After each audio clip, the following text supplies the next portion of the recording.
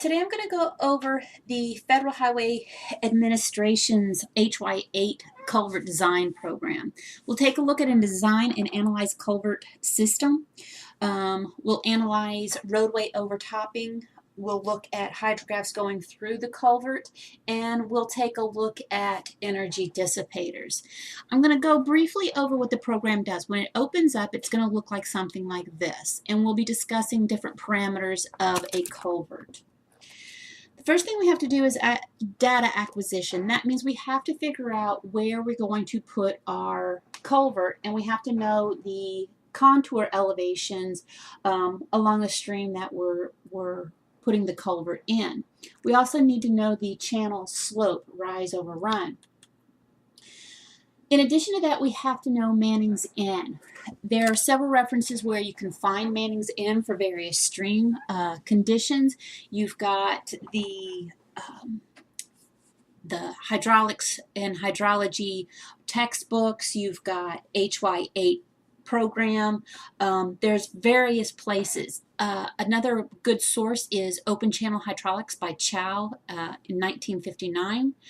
He has a lot of variations of the N values. References typically provide color photos with tables. This is really good when you're going out in the field so you can compare what somebody's established an N value of with what your site looks like. In addition to that, you'll have to have project survey. You'll need to determine the stream channel shape. Is it irregular sections?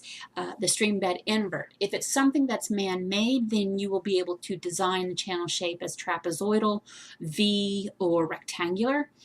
The inlet conditions, if it's an existing pipe that you're modifying, you'll need to know the inlet conditions, the culvert dimensions, and the type of culvert, whether it's a box culvert, ellipse, or corrugated metal, or concrete.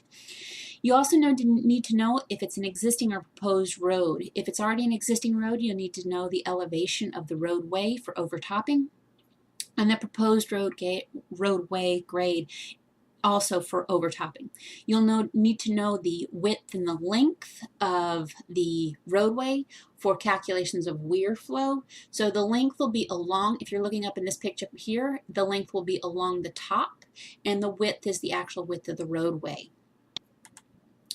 Here's some of the information that we'll be using. You have to have input data for discharge, tailwater, and roadway. The tailwater can be obtained through the Manning's equation for the downstream section. Usually we're assuming a pooled stage on the upstream section. You can also create an irregular shape for the roadway. In addition to, you can do a rating curve for the tailwater. Sorry about that. This is what the input data looks like for crossings. You will need to know what your properties of your existing site looks like and your culvert data. Your culvert data requires you to have a shape, a size, embedded length, or embedded depth, inlet type, condition, whether it's a projecting, a mitered end, etc. The site condition is inlet stations, upstream and downstream, and inlet elevations. Okay. In addition to the roadway data, you would need to know whether the roadway is paved or gravel or some other defined portion. You'll analyze the cross section. You can create reports also with HY8. So you'll have, in examples, you could have proposed design and existing design. So you could be creating one culvert with two sections.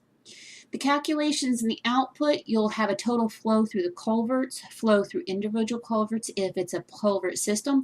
There's weir flow overtopping. You could have weir flow through the pipe, pressure flow, tailwater elevations. Also, you need to take a look at HY8's help for any limitations that the system has. Headwater elevations, outlet velocities are extremely important because you don't want scour and erosion downstream. Now, when we're looking at culvert flow, we have to look at the cross section. We have to look at the slope of the culvert, the Manning's N, both of the culvert and of the stream. Usually we use direct step method in the methodology of solving for surface water elevations. And the Manning's N's for the velocity. We need to know whether it's the inlet control or the outlet control. the computer program computes both and then selects the higher of the two answers. So it computes inlet control headwater elevation as flow passes through critical depth at the culvert entrance and is supercritical in the barrel. The headwater elevation is a function of the entrance size, shape, and inlet type. It also computes the outlet control headwater elevation. The flow in the barrel is subcritical, and the energy equation may be used to find the upstream headwater depth. Includes entrance and exit losses and friction losses. Again, when the computer program calculates it, it's going to use the higher of the two headwaters. Now, when we're looking at weir flow, we're also looking at the coefficients of discharge roadway width, the surface of the roadway, and the defined cross-section of that roadway. Pressure flow and weir flow, you'll calculate weir flow over the top. You could also it uses a built-in submergence factor, and it balances weir and pressure flows at resulting same headwater. When you do an analysis, make sure the data makes sense and it was input correctly. There's nothing more important than understanding what the computer program is doing. Anticipate an answer before you run the program. So when you do run the program, is it what you expect? Compared to the existing high water conditions that are out there, that means standing water that's marked on trees or other surfaces or historical data. Now, here's the other thing. As you're analyzing this, how much do you want the culverts to flow? Maybe it's per culvert, maybe you have only one culvert. What are the outlet velocities? Again, outlet velocities are extremely important for erosion downstream. Also check the inverts and the links. Is all of this data reasonable? How much water is being flown through the culvert? Now, when you're comparing something that's either existing and proposed, if you're doing comparisons, you can run through it and you can actually look at the headwater elevation, the flow, and the culvert discharge, and possibly the over the topping discharge. For example, these have the same headwaters, same flows, depending on what size pipe and length it has to do with. Know that the culvert discharge is different and the roadway discharge is different. So this is a really nice comparison tool to run multiple scenarios. The advanced options include the channel shape and attributes. You can create irregular cross sections for both the streams, tailwater, and irregular shapes over the roadway. You have multiple culvert shapes and you can have multiple culverts. You could also have recessed or embedded culverts, and you can also design simple bridges. The cross-sectional shapes, if you pull this down in your tailwater, you can have rectangular, trapezoidal, triangular, irregular. You can also enter a rating curve or a constant tailwater elevation. Here's how you're going to use your user-defined channel cross-section. You've only got 15 coordinate points, XY coordinates. You have to specify overbank and channel areas. You'll also specify a Manning's N. You'll have input stations and channel slopes. Here is a user-defined cross-section. Notice over here on this side, you have the station, an elevation, and a Manning's N. So this is what your cross-section looks like with a tailwater elevation.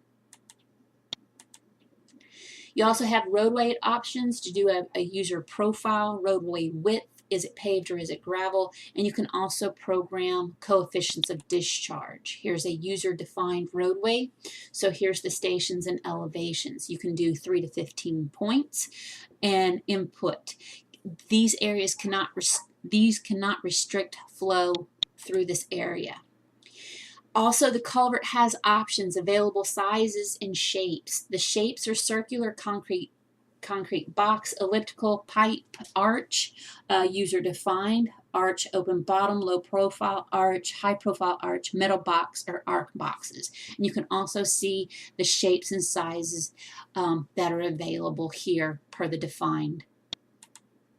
You also have more culvert options here. Remember, you have the different inlet types. You could have side tapered or slope tapered, rectangular or circular. You also have square edge with head walls, grooved in projecting, grooved in head walls, beveled edges, a 1.5 to 1 slope. You could also have multiple culverts as in this example or even these examples up here. You could have embedded culverts. That means it's the embedded depth shown here. You have typical recesses of 6 to 12 inches. Total reduces the total area by a recessed area. That means flow can't actually get in, and they do not change. However, it does not change the channel inverts. You can design simple bridges, simple shapes, but it does not handle the piers. That's these objects in here, which can actually constrict the flow.